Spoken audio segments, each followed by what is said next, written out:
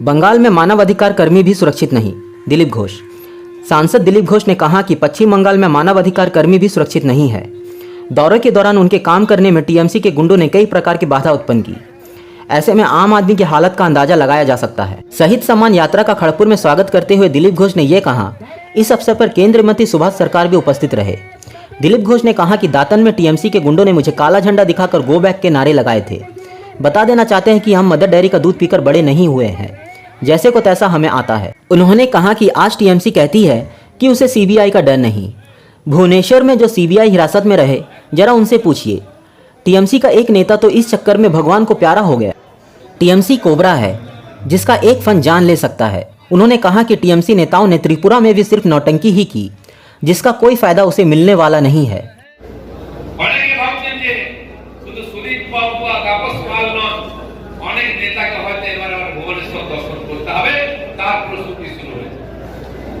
একজন নেতা সৌগত বাবু এমপি তিনি বলছেন যে সিবিআই কে যে কিছু হয় না, কোনো কাজ হবে না। আমি সৌগত বাবুকে মনে করে দিতে চাই, জিজ্ঞেস করুন সুদীপ বাবুকে সিবিআই কি জিনিস।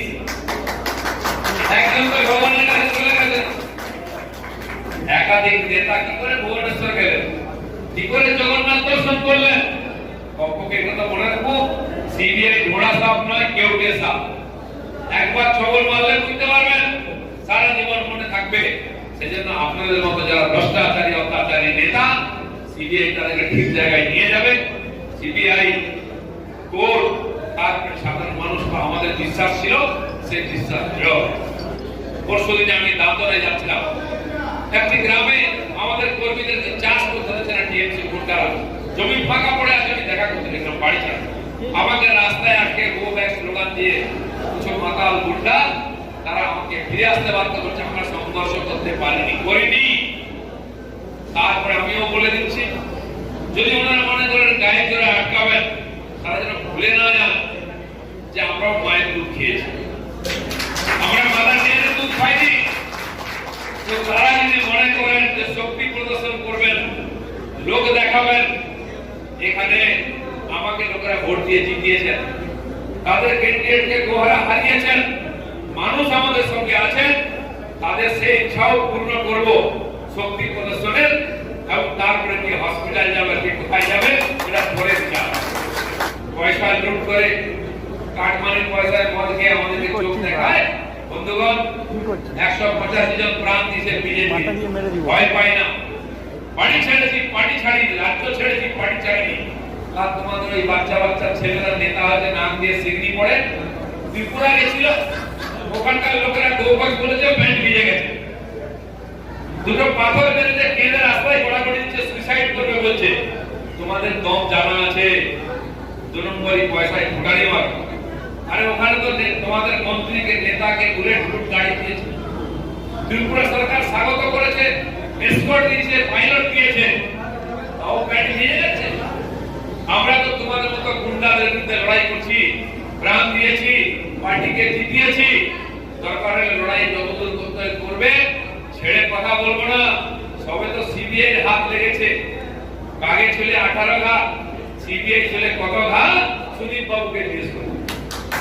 কিন্তু কেউ যদি মনে করে কোর্ট আদালত সংবিধান মানবে না, গায়ে জোরে করে তালিবানি শাসন করবে, ভুলে যাবেন না ভারতীয় জনতা পার্টি সব জায়গায়, সারা ভারতবর্ষে, ত্রিপুরায় আছে, আসামে আছে।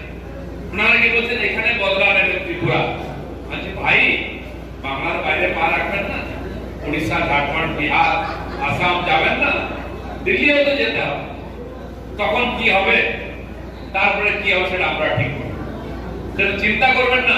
কেউ ভেবেছে ওরা জিতে গেছে, চোখ দেখাবো, আমরা চোখ খুলে থাকবো, ওটা হবে না। চোখ দেখালে চোখ দেখাবো, লাঠি দেখালে লাঠি দেখাবো, ঘুষি দেখালে ঘুষি দেখাবো, কিন্তু আমরা গণতন্ত্র রায়ত্ব করব। 2 নম্বরই করে জিতে 2 নম্বরে টাকায় চমকাতে এলে বাড়ি লোককে বলে আসবেন। আমি জানি না ভারতবর্ষের কোন রাজ্যে মন্ত্রীদের অ্যারেস্ট করা হয়, বিধানসভার বিরোধী নেতাকে অ্যারেস্ট করা হয়, এমপিদের এমএলএদের অ্যারেস্ট করা হয়। জানি না সেটা করতে হয়েছে, তার জন্য কালকে আবার নিশ্চিত প্রমাণিকভাবে কেস করেছে। এই তালিবানি রাজ্য আমরা চলতে দেবো না। যেমন আফগানিস্তানে কাবুলের তালিবানি রাজ্যের বিরুদ্ধে সারা দুনিয়া বিরোধিতা করছে, পশ্চিমবাংলার এই তালিবানি রাজ্যের মধ্যে সারা দেশ দুনিয়ায় চিৎকার হচ্ছে, আর কোর্ট দেখিয়ে দিয়েছেন এটা অন্যায় করেছে। যে দিদিমণি বলেছিলেন কিচ্ছু হয়নি, মানে কিচ্ছু হয়নি আর কিছু হবে, আপনারা ভাইদের বলে রাখুন।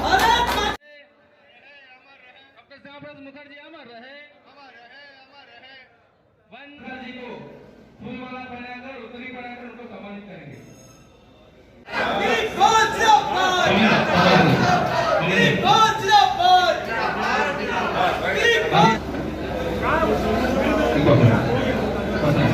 आशीर्वाद करिए, खूब काम करें, स्वस्थ रहें। एक बार साहब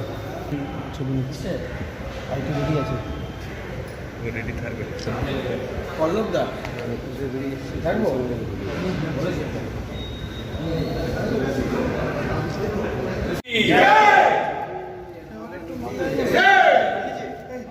দুটো মানে বাবু हो गया बहुत बार दिया है यहाँ से तिलक दीजिए हाँ जय श्री राम।